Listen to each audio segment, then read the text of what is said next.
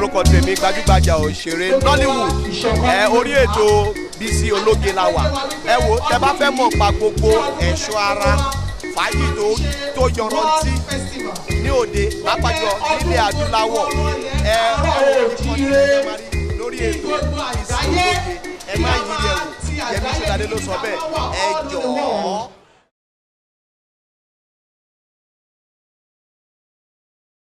Today is her mom's birthday, and we are actually here. And she's getting this for her birthday gifts. We are ready, so we are waiting for Grandma to come. Gege.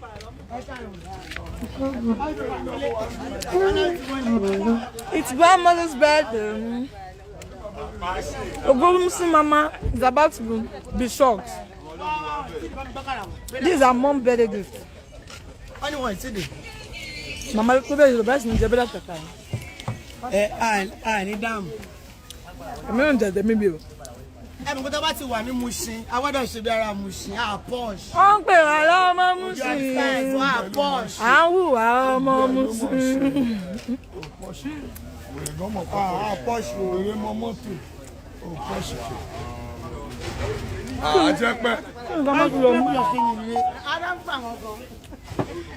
Mi ti ma fọ láàárọ̀ yìí. Ara ń fún wọn. A pè mi ò gbé. A pè ṣe mi. Okay, ẹ lè fi bí ẹbí wọn wọlé no problem. Má lọ bá wọn. Wọ́n pè mí. Èmi lọ. Ẹ ti dúró náà yẹ kọ́kọ́ nísàlẹ̀.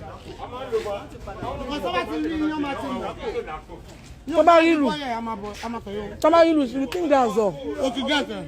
Tó bá rí ìlú yẹn, ọmọ rẹ̀ pé that's all. àwọn débi báyìí. Ó lò lásán. Agori rẹ̀ náà. Má ṣe lè fa wa. Take light to allow you.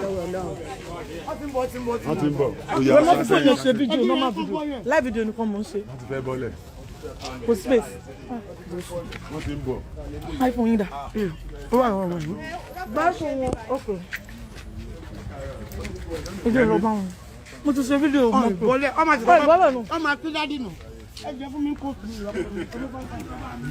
Mo ní bí mi wà náà. Wọ́n yàn pa. Ọmọ yẹn kọ́ lọ bẹ̀rẹ̀ so gbogbo ìta kan lọ yẹn long process ni. Màmá ló ń gbé látàkà rẹ̀. Onígbò ni onígbò lè ṣe. Dapstar súnmọ́ wọn dáadáa o. Ṣe fídíò gidi o. Kàrin ò jọ mí rárá. Mi big girl now. Wọ́n gbọ́n sọ̀rọ̀. Ó yá gbọ́ bá mi gbà. Mo ń bọ̀.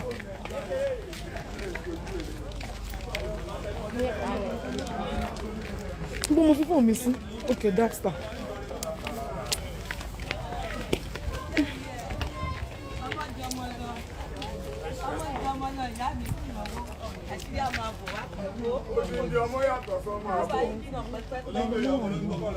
Ó ń tọrọ ọmọ, ó ń tọrọ ọkùnrin, ó ń tọrọ ọkùnrin. Tó bá lọ tọrọ ọmọkùnrin, tó bá lọ yàwó wà.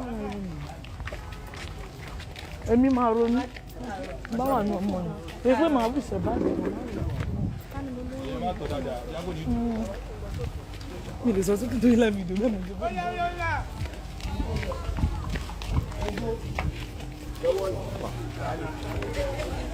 Grandma!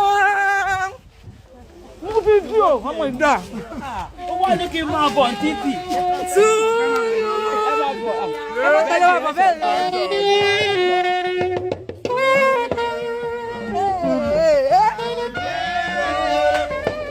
Happy birthday! Dapstar! Ibi ni kò wá wọ́wọ́. Ẹyin ni kò máa fi. Mọ́mí ẹsẹ̀ yín ya.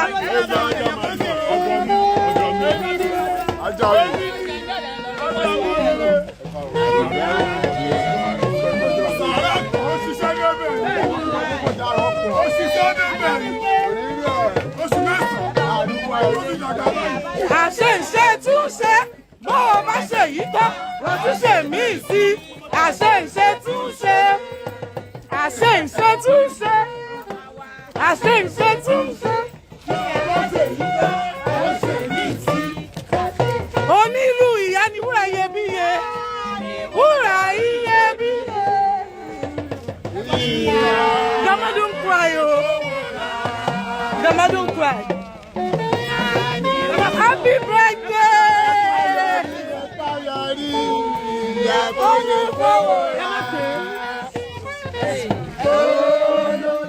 Fọ́tú mẹ́sàn-án. Alájà, ó ní ọ̀rọ̀. Gàmá tó kú wa. Ayọ̀ á kú.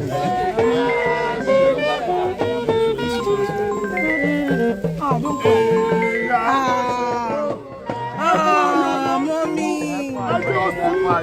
Ọkùn ayọ̀ ni. Wọ́n ṣe kú bàjẹ́.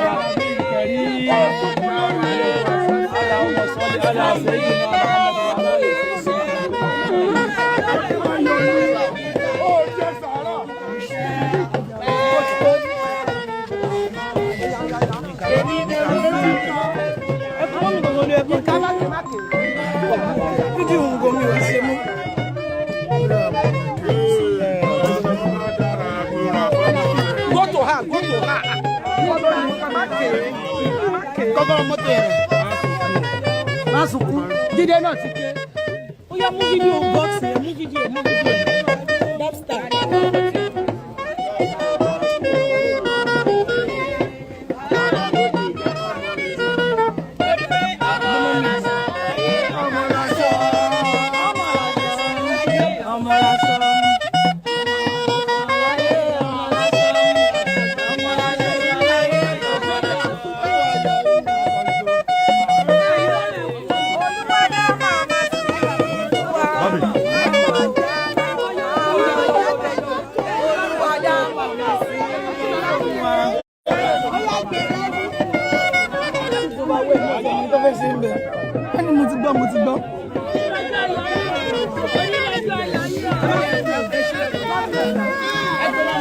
Lobster.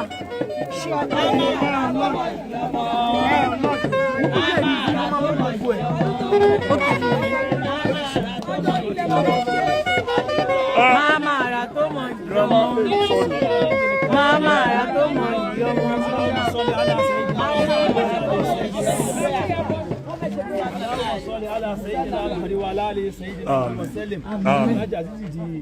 End of new beginning. Yes. All praise and adoration are Table water. Table water the Lord of universe. He who created man and provided for him. Never thought of this now, but it has been the will of Allah that today this will be given to you. Yes. Thank God it's from your daughter. Yes.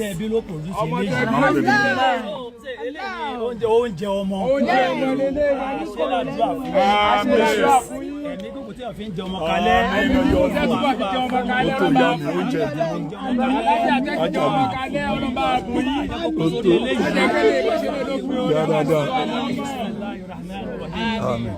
آمن رسوله بما أرسل إلينا لا نفرق بين أحد من رسله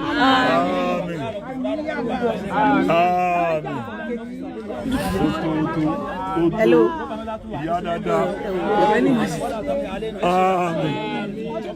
This is a very big surprise,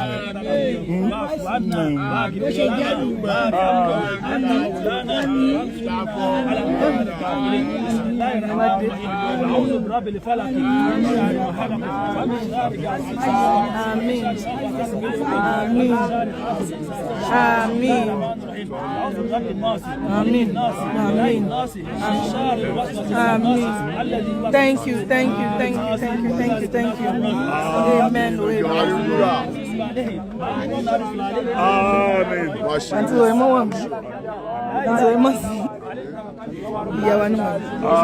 Hariki, Ejikabeji,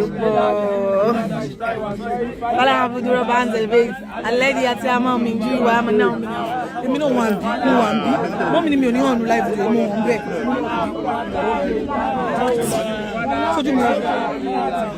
Bismillahirrahmanirrahim. Alhamdulillah Rabbil Alamin. Ar-Rahmanir-Rahim. Maliki yawmiddin. Ihdina siratal mustaqim. Siratal ladzina an'amta alayhim ghayril maghdubi alayhim waladdallin. Ẹ bá ṣe sùràtù kíláàsì kan. Lórí tí wọn ò bá bí tí alájẹ ò bá fẹ́ bàbá wa.